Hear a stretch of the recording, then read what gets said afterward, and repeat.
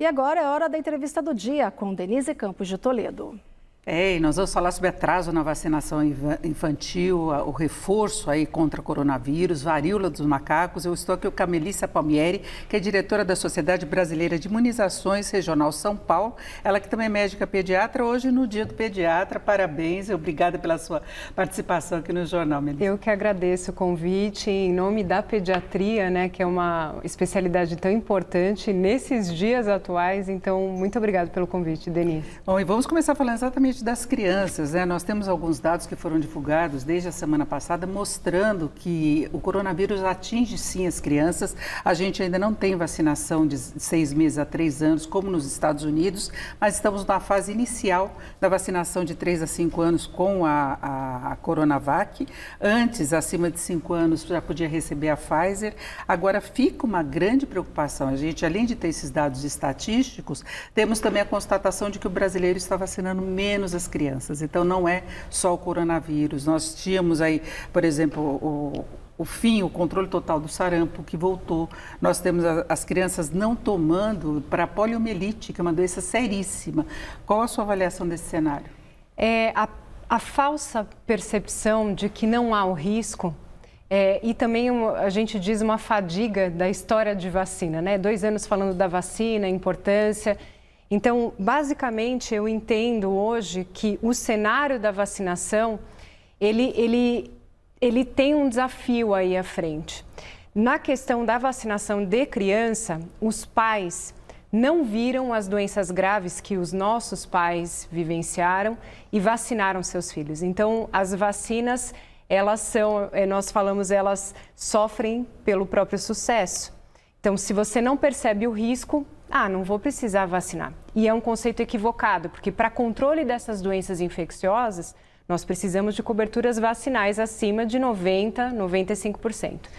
Com relação ao coronavírus, infelizmente é a vacina que está sendo mais alvo de notícias falsas e isso traz uma insegurança para os pais. Então, quando você tem alguma dúvida, você se paralisa.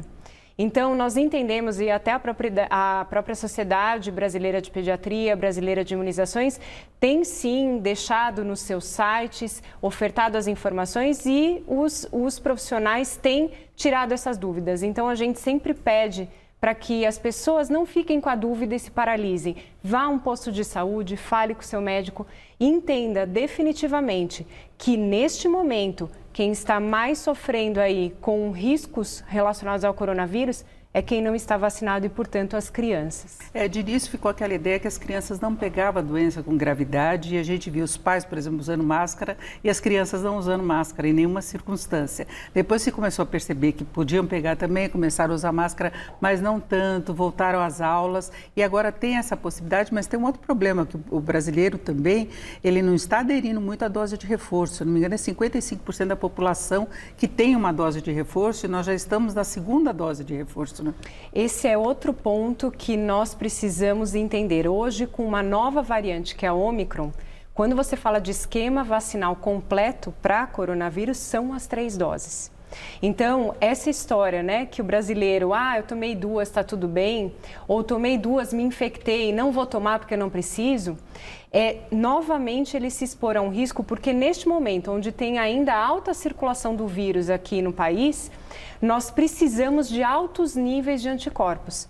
Principalmente para quê? Para nos defender de hospitalização e mortalidade. Hoje sabe-se que no início a gente pensou que as vacinas, quer dizer, quem trabalha com vacina nem foi tão otimista, mas o otimismo foi, olha, as vacinas vão prevenir inclusive as infecções sintomáticas, que são as leves. Hoje a gente sabe que não. Hoje a gente sabe que a gente toma a vacina de coronavírus para prevenir esses desfechos, igualzinho quando a gente fala de tomar a vacina da gripe, que é outra que infelizmente está muito baixo aí a procura e nós estamos em plena sazonalidade, ou seja, a circulação do vírus influenza, que também ocasiona hospitalização e, infelizmente, também influenza mata. E fico alerta, no caso de poliomielite, por exemplo, que tem cidades do Brasil que não atingiram 50%, inclusive o estado de São Paulo. Isso aumenta muito o risco de surgir a doença aqui no Brasil novamente e teve um caso nos Estados Unidos, né? É gravíssima essa situação. nós temos aí a circulação em 2 países endêmicos, né, o Afeganistão e o Paquistão. Nós tivemos um comunicado da OMS de um vírus selvagem que a gente fala em Malawi, que é um país africano, que estava sem circulação. E nós temos aí detecção, teve um caso em Israel e tem um também nos Estados Unidos. Então é um alerta, é mais um alerta dessas doenças infectocontagiosas que são prevenidas por vacinas para os pais para ontem atualizarem a carteirinha de vacinação. Porque são inúmeros agentes e seria muito triste, né? A gente sabe, a poliomielite deixa uma sequela. As pessoas acima de 60 anos sequeladas por pólio, né? Eu tive quando eu fazia o consultório, eu tive um pai de um paciente que ele é sequelado e hoje ele dá palestras de falar todas as repercussões dessa sequela na vida dele. Então, hoje, existindo uma vacina, é inadmissível nós estarmos sobre esse risco. E a gotinha, né? É uma vacina muito simples. A vacina, ela mudou um pouco daquela época, tá, Denise? O que é atualmente? Abaixo de 1 ano, a gente toma, são 3 picadinhas, com 2, 4 e 6 meses, que é a vacina inativada. E depois de 1 ano são as gotinhas, que é o que o pessoal mais lembra, né? Tanto é os chamamentos de campanhas. As campanhas que eu acho que faz muita falta hoje também, exatamente. Né? E agora vai começar, vai retomar, né? São Paulo ficou direto vacinando o município, mas o próprio Ministério da Saúde vai fazer a campanha de multivacinação agora em agosto, mas não importa tendo campanha ou não, porque o pai que agora está em férias poderia pegar a carteirinha lá do filho e ir na unidade básica de saúde mais próxima e atualizar, porque às vezes tem 2, 3 surgiu doses. meningite no Pari também, tem vacinação também, é uma doença que pode matar com muita rapidez. E agora, antes de encerrarmos, eu queria falar da última novidade em doenças, que é essa história do varíola do macaco. Nos Estados Unidos foram 1.048 casos em 24 horas, o Brasil está com casos muito acelerados, se fala em subnotificação, passou dos 600 com muita rapidez e tem um alerta da OMS. Hoje ela até constatou que mais de 90% dos casos seriam através de relações sexuais, mas há suspeitas de que não é só isso, né? Nós entendemos que o contato íntimo, né, e a história é pele com pele, né? Então, essas pessoas que têm algum comportamento de ter tido esse contato com alguém que estivesse suspeito ou com alguma lesão, elas têm que observar. E nós pedimos, né, agora é o momento das pessoas na suspeita se isolarem. Agora, neste momento, nós sabemos que para monkeypox, quem é suspeito tem que procurar lá o serviço de saúde para poder fazer a análise, né, o exame, o médico vai examinar as lesões e o exame laboratorial, mas se não houver oportunidade, se ele estiver com essas lesões, são 21 dias de isolamento.